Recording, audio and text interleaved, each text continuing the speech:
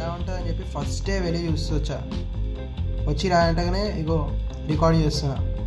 Movie జానరా ఏంటిదంటే ఇది ఒక యాక్షన్ థ్రిల్లర్. కాకపోతే యాక్షన్ థ్రిల్లర్ లాగా అస్సలు అనిపించదు. దీని ప్లాట్ సమరీ గురించి చెప్పాలంటే ఒక మన హీరో రామ్ చరణ్ అన్న ఒక ఆనెస్ట్ ఐఏఎస్ ఆఫీసర్. ఆయన ఫేక్ పొలిటిక్స్ని ఇంకా ఫేక్ ఎలక్షన్స్ని ఎలా చేంజ్ చేస్తారో గురించి చెప్పేదే ఈ మూవీ. ఇంకా పర్ఫార్మెన్స్ విషయానికి వచ్చేటైతే మన రామ్ చరణ్ అన్న యాక్షన్ అయితే నాకు బాగానే అనిపించింది. కాకపోతే నాకు పర్టికులర్గా నచ్చిన క్యారెక్టర్ విలన్ క్యారెక్టర్. ఎస్జే సూర్య గారి క్యారెక్టర్ అయితే నాకు కొంచెం తోపు అనిపించింది విలన్ లాగా. ప్రతి మూవీలో చూపించే క్రేజీనెస్ ఈ మూవీలో కూడా చూపించారు అతను. ఇంకా డైరెక్షన్ గురించి వచ్చినట్టయితే మీకు తెలిసిందే, మన శంకర్ గారు తీసింది. ఆయన ఇప్పుడు దాకా తీసిన సినిమాలాగానే నాకు ఇది కూడా అనిపించింది. అన్ని మూవీస్ని ఒక మిక్సీలో వేసి గ్రైండ్ చేసి తీసినట్టుంది ఈ మూవీ కాస్త. కానీ స్క్రీన్ ప్లే మాత్రం చాలా బాగుంది. ఎందుకంటే 360 degrees యాంగిల్లో తీశారు ఇది మూవీ. దానివల్ల కొంచెం ఇంట్రెస్టింగ్ అనిపించింది నాకైతే. విజువల్స్ అండ్ సినిమాటోగ్రఫీ కూడా చాలా బాగా తీశారు శంకర్ గారు.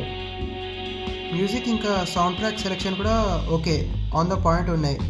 అలా అని బాగాలేదని చెప్పలేను, లేకపోతే మరీ బాగుందని కూడా చెప్పలేను. కరెక్ట్గా మిడిల్లో పెట్టగలను దీన్నైతే నేను. మూవీ ఫస్ట్ హాఫ్ స్టోరీ మొత్తం యావరేజ్ ఉంటుంది, కానీ అసలు స్టోరీ సెకండ్ హాఫ్లోనే స్టార్ట్ అవుతుంది. మూవీ ఒక పేజ్ ఇట్లా పట్టుకోగానే ఇలా వెళ్తూనే ఉంటుంది పైకి.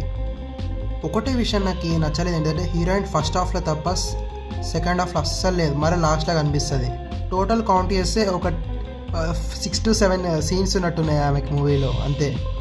ఇంకో కంప్లైంట్ ఏంటంటే హీరో పాస్ట్ని మన ఇమాజిన్ పైన వదిలేస్తారు డైరెక్టర్ గారు. లైక్ సెకండ్ హాఫ్లో హీరో పాస్ట్ చూపిస్తారు, వాళ్ళ పేరెంట్స్ కూడా చూపిస్తారు, కాకపోతే అది మధ్యలోనే వదిలేసినట్టు అనిపించింది. దానికి ఒక కంక్లూజన్ ఇవ్వలేదు ఆ పాస్ట్కి అని నాకు అనిపించింది. అండ్ అక్కడక్కడ కూడా కొంచెం లాజిక్ మిస్ అవుతున్నాయి. కొన్ని ప్లేసెస్లో నాకు ఏం అర్థమో తెలియదు అసలు ఏం జరుగుతుందో ఆ సీన్లో. మూవీ నాకు కొంచెం రష్ చేసినట్టు కూడా అనిపించింది అప్పుడప్పుడు. సో చూడండి, ఇప్పుడే మీకు ఒక ఎగ్జాంపుల్ ఇస్తాను. ఫస్ట్ మన హీరో ఒక నార్మల్ కాలేజ్ స్టూడెంట్లో ఉన్నప్పుడు మన హీరోకి ఐపీఎస్ కావాలని ఉంటుంది. ఐపీఎస్ అవుతారు కూడా, కానీ అయిన తర్వాత హీరోయిన్ కోసం ఐఏఎస్ అవుతాడు. ఐఏఎస్ అయిన తర్వాత ఊరుకుంటాడా లేదా అంటే కాదు, నెక్స్ట్ ఎలక్షన్ కమిషనర్ అవుతాడు. దాని తర్వాత కూడా లాస్ట్కి సీఎం అవుతాడు మన హీరో. ఐ మీన్ నాకు ఇంకా లాజిక్ అర్థం కావట్లేదు, అంత ఈజీ అసలు కావడం ఎవరికైనా.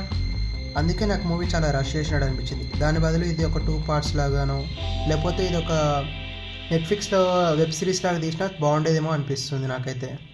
స్టోరీ అయితే యావరేజ్ అండి. మూవీ గురించి చెప్పాలంటే సింపుల్గా యావరేజ్లో కూడా యావరేజ్ కేటగిరీకి ఇది వస్తుంది.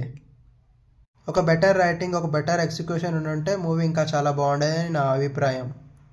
ఇంకా నా పర్సనల్ ఎక్స్పీరియన్స్ అంటే ఓకే, మూవీ నాకు నచ్చింది ప్రస్తుతానికైతే. అనుకున్న ఎక్స్పెక్టేషన్కి ఇది మీట్ కాలేదని లోపల ఎక్కడో అనిపిస్తుంది. మీకేమనిపిస్తుందో కామెంట్ చేయండి.